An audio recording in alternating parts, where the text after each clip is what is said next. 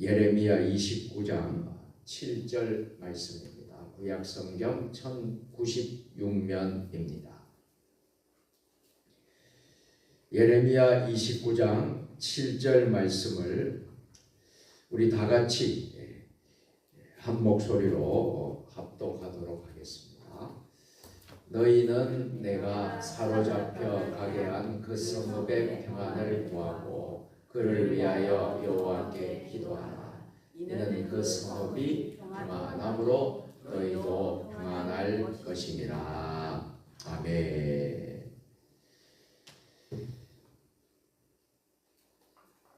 6월 월삭 새벽기도회에 주시는 하나님의 말씀의 제목은 나라 사랑입니다. 6월은 호국 보훈의 달입니다. 나라를 위해서 희생한 순국 선열과 호국 영령들을 기억하는 달입니다.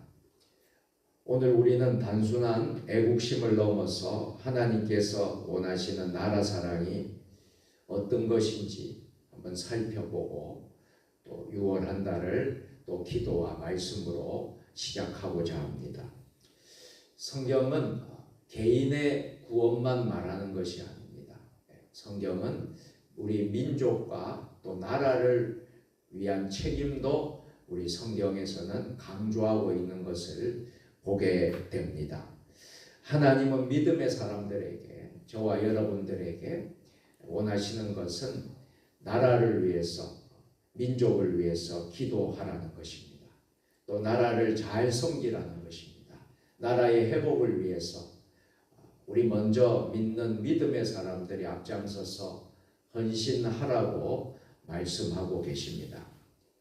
그래서 오늘 우리가 나라 사랑이라는 주제로 하나님 말씀의 은혜를 나눌 때에 우리가 어느 때보다도 이 6월 한 달은 호국 보훈의 달이기도 하고 나라 사랑의 달이기도 하기 때문에 여러분들이 평상시에 늘 우리 나라와 민족을 위해서 기도하셨겠지만 6월 한 달은 더 깊이 여러분들이 묵상하고 나아가시는 우리 모두가 되기를 주님의 이름으로 축원합니다.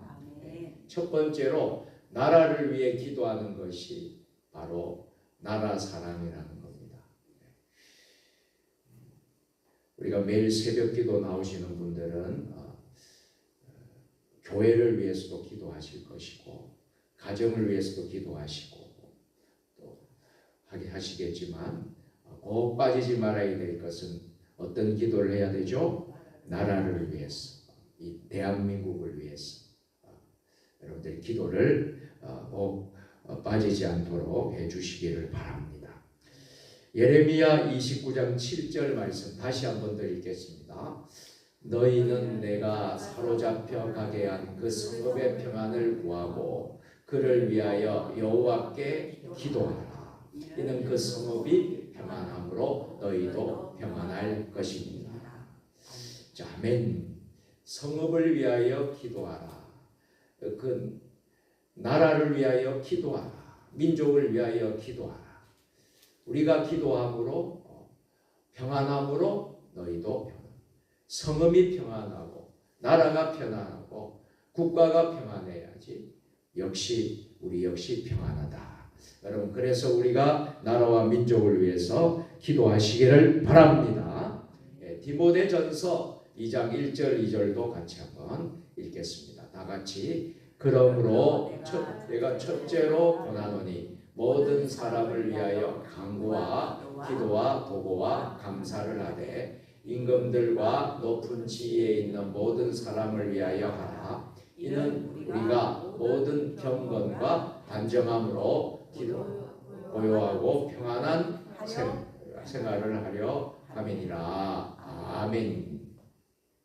그런가 하면 역대하 7장 14절도 한번 읽겠습니다. 다 같이 내 이름으로 일컫는 내 백성이 그들의 악한 길에서 떠나 스스로 낮추고 기도하여 내 얼굴을 찾으면 내가 하늘에서 듣고 그들의 죄를 사하고 그들의 땅을 고칠지라. 아멘. 이와 같이 우리가 나라를 위해서 기도한다는 것이 바로 나라 사랑임을 여러분들 꼭 잊지 마시기를 바랍니다. 자, 성경에서 이 평안이라는 단어가 나오는데 이 평안이라는 단어는 우리가 잘 아시다시피 히브리어로 샬롬입니다. 그래서 히브리 사람들은 이스라엘 사람들은 만날 때마다 샬롬이라고 인사를 합니다. 그리고 샬롬 두 번을 말하게 되면 그게 가장 큰 축복의 인사라고 하는 것입니다. 그래서 우리가 우리 교회에서 인사할 때 오늘도 샬롬입니다. 이 가장 축복의 인사를 우리가 함께 나누고 있는 것이죠. 이 샬롬이라는 이 단어는 단순히 전쟁이 없는 상태가 아닙니다.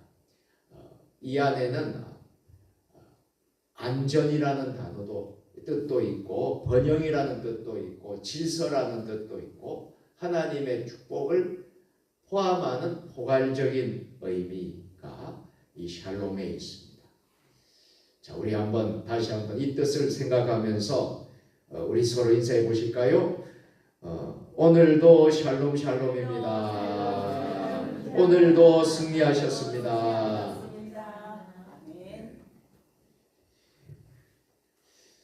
자, 우리 이것이 바로 샬롬의 의미인데 하나님은 이스라엘 백성이 바벨론으로 포로로 끌려가서 한 70년 동안 포로 생활을 하는 그 이스라엘 백성들에게 무엇이라고 명령하십니까?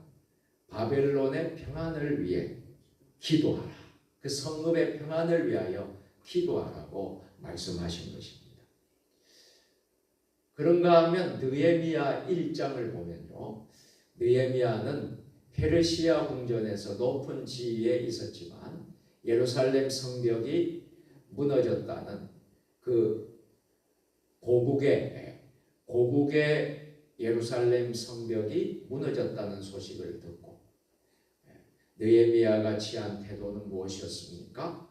금식하면서 예루살렘을 위하여 그 나라를 위하여 그 민족을 위하여 기도했다라는 거예요.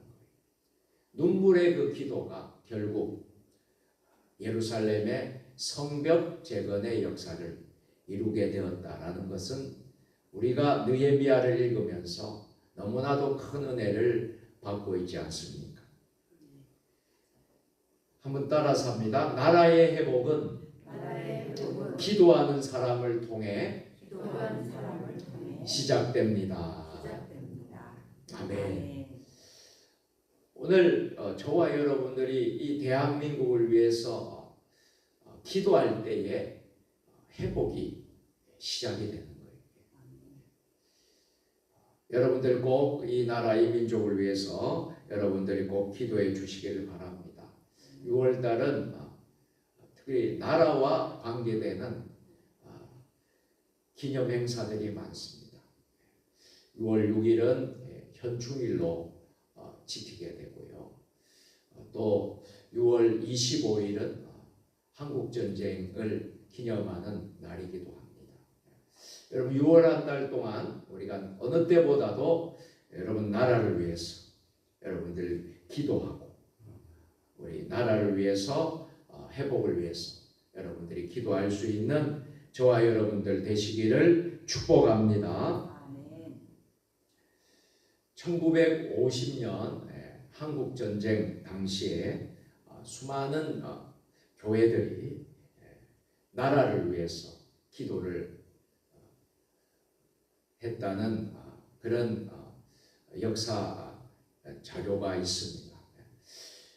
어려울 때 힘들 때 교회들이 앞장서서 모여서 철야 기도도 하고 나라를 위해서 기도를 했다는 거예요.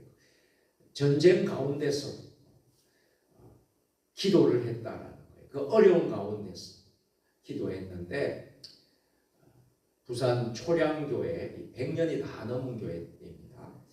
초량교회, 부산 초량교회에서 또 영락교회에서 여러 교회들이 민족을 위해 기도했다는 겁니다.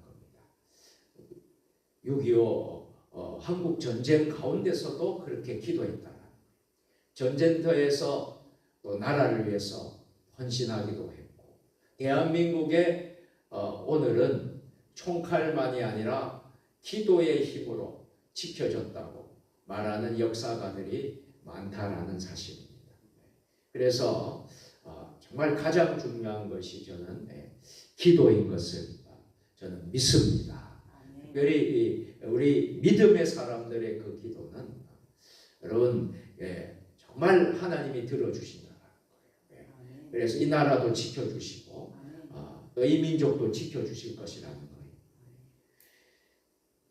오늘 대한민국은 저출산의 위기, 또 갈등, 안보의 위기, 또 교육, 그리고 특별히 다음 세대들의 위기가 있다는 거예요. 더 큰 것은 영적 침체의 위기가 있다는 것입니다. 여러분, 이 교회가 영적으로 침체가 되어지고 성도들이 영적으로 침체가 되어진다 그러면 그게 바로 이런 큰 위기라는 것이죠.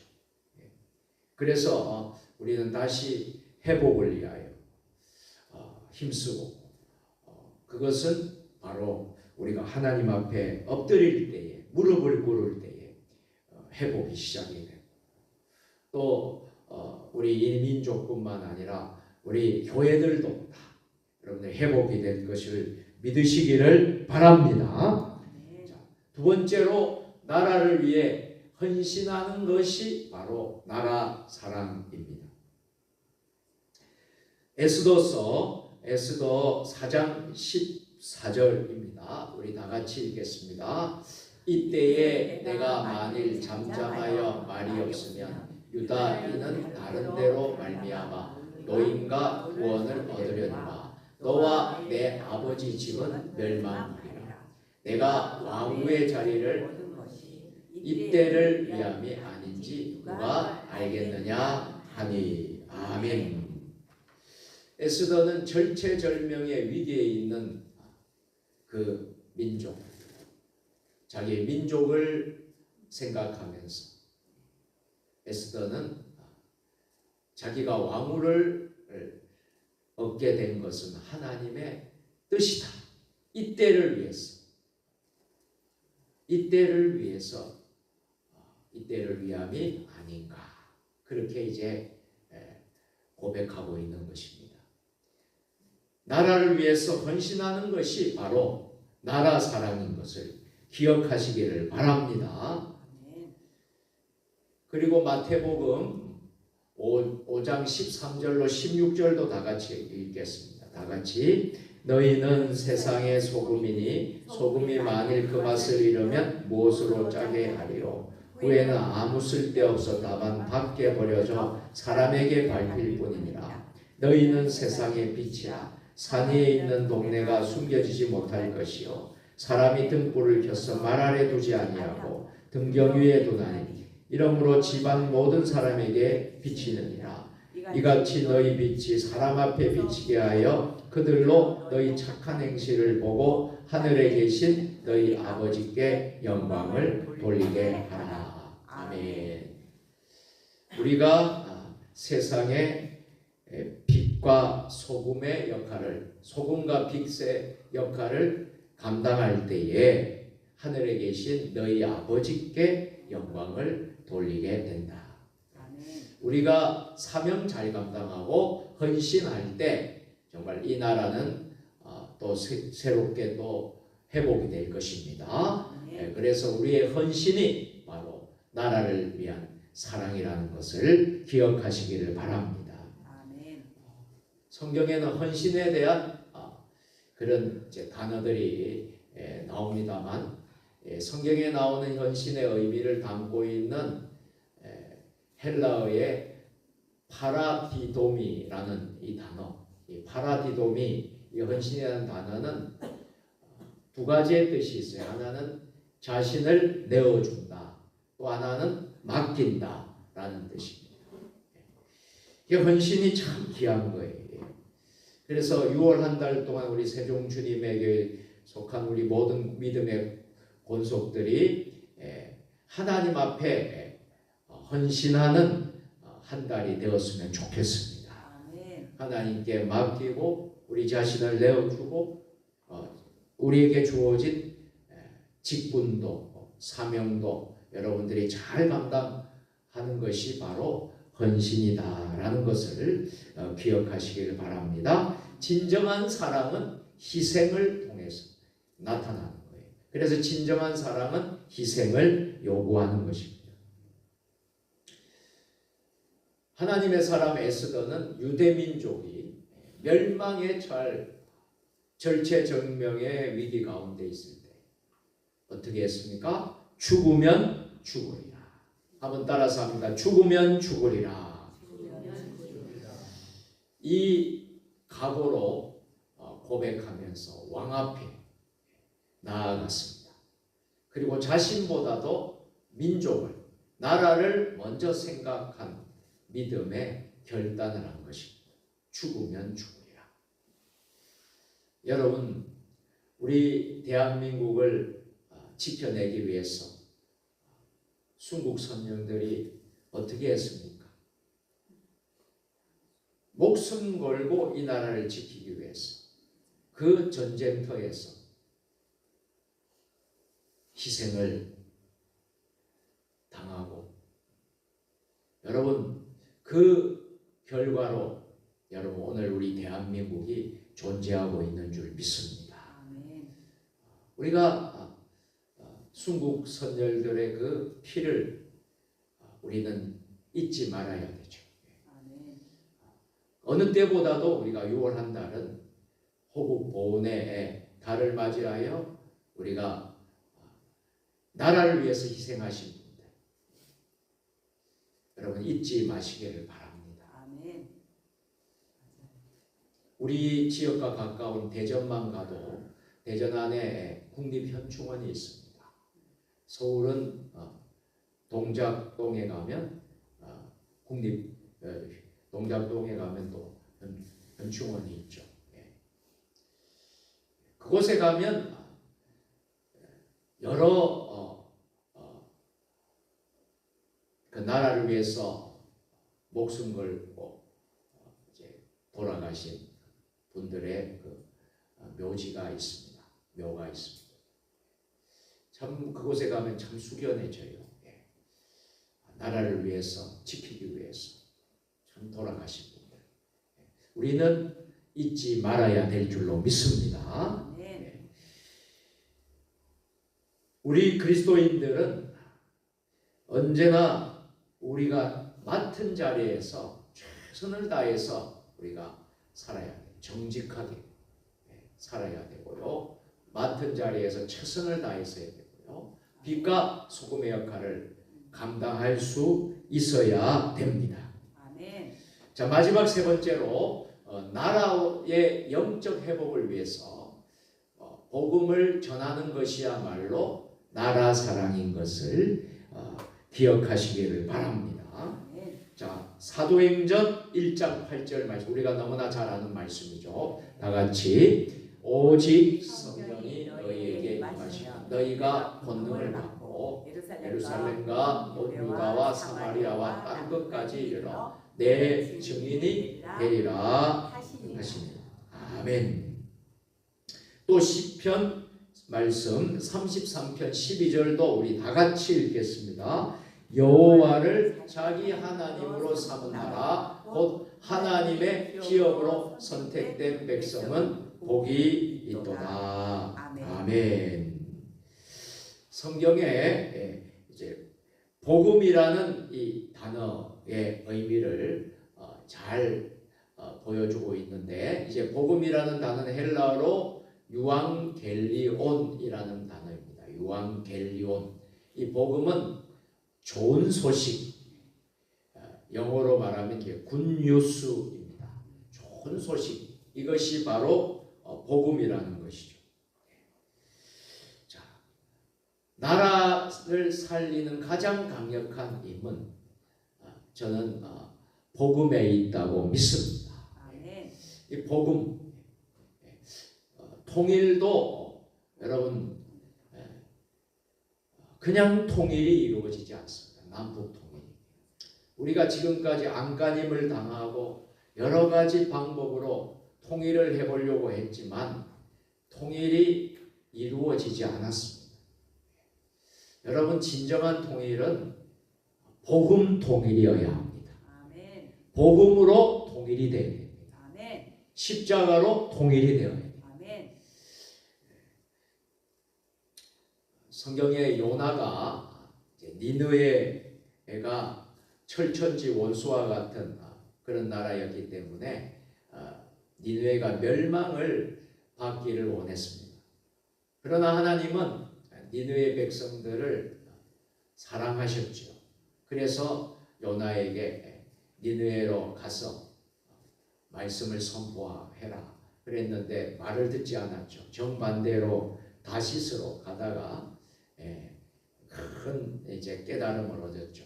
물고기 뱃속에 3일간 있으면서 정말 회개하고 또 3일 동안 이제 하나님의 뜻을 발견하고 이제 다시 니느웨로 가서 요나가 복음을 선포합니다. 회개를 선포합니다. 니느웨가 회개하죠. 그러면서 하나님의 심판이 그 니느웨 땅에서 이제 심판이 면하게 되는 그런 역사가 일어나는 것을 볼 수 있습니다. 한 도시의 회복은 바로 복음에서부터 시작이 된다는 것을 잊지 마시기를 바랍니다. 여러분, 복음이 들어가는 도시, 농촌 할 것 없이 마을, 동네 복음이 들어가는 곳마다요, 여러분 회복이 일어난다라는 것을 기억하시기를 바랍니다. 전 세계에 하나님의 복음이 들어가는 곳마다 여러분 놀라운 회복이 일어난다라는 것을 잊지 마시기를 바랍니다. 1907년도에 평양에서 대부운동이 일어났습니다. 한국교회의 역사를 바꾸는 결정적인 사건이었습니다. 그때 회개가 일어났고 성령의 역사가 일어났습니다. 민족의 대각성, 영적 각성이 시작이 된 것이죠. 그래서 많은 역사가들은 한국 근대화의 정신적인 토대 중 하나로 평양 대부운동을 평가하기도 합니다.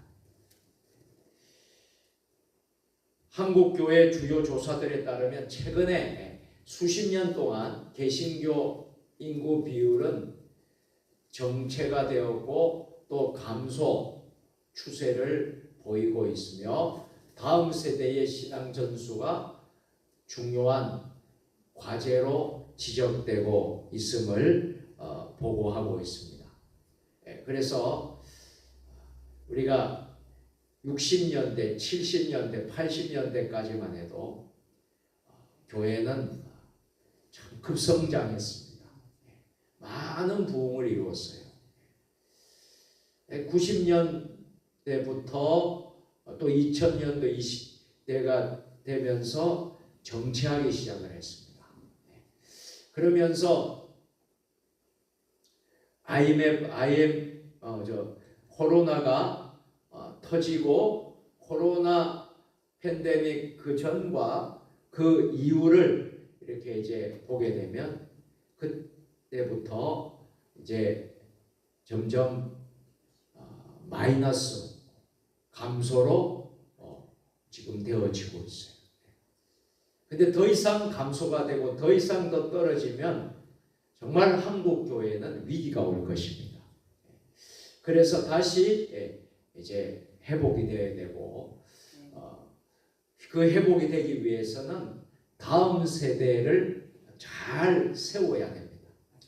다음 세대들이 다시 일어날 수 있도록 우리가 하는 것이 오늘 한국 교회의 중요한 과제 가운데 하나인 것을 여러분들이 아시고 다 같이 기도해 주시기를 바랍니다.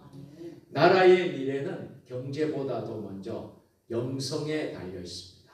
믿음에 달려 있습니다. 이 신앙에 달려 있다는 것을 잊지 마시기를 바랍니다. 이제 하나님의 말씀을 맺도록 하겠습니다. 우리가 나라를 사랑한다면 가정을 복음화하고 다음 세대를 세우고 민족 복음화를 위해 기도해야 합니다. 사랑하는 성도 여러분, 나라 사랑이라는 것은 그저 정치적인 구호가 아닙니다. 성경적 나라 사랑은 첫째, 나라를 위해 기도하는 것입니다. 에스더가 기도했고 느헤미야가 기도했고 수많은 믿음의 선배들이 나라를 위해서 기도했습니다. 또 우리 믿음의 부모님들이 나라를 위해서 기도했습니다. 우리가 나라를 위해 기도하는 것입니다. 두 번째로 나라를 위해 헌신하는 것입니다.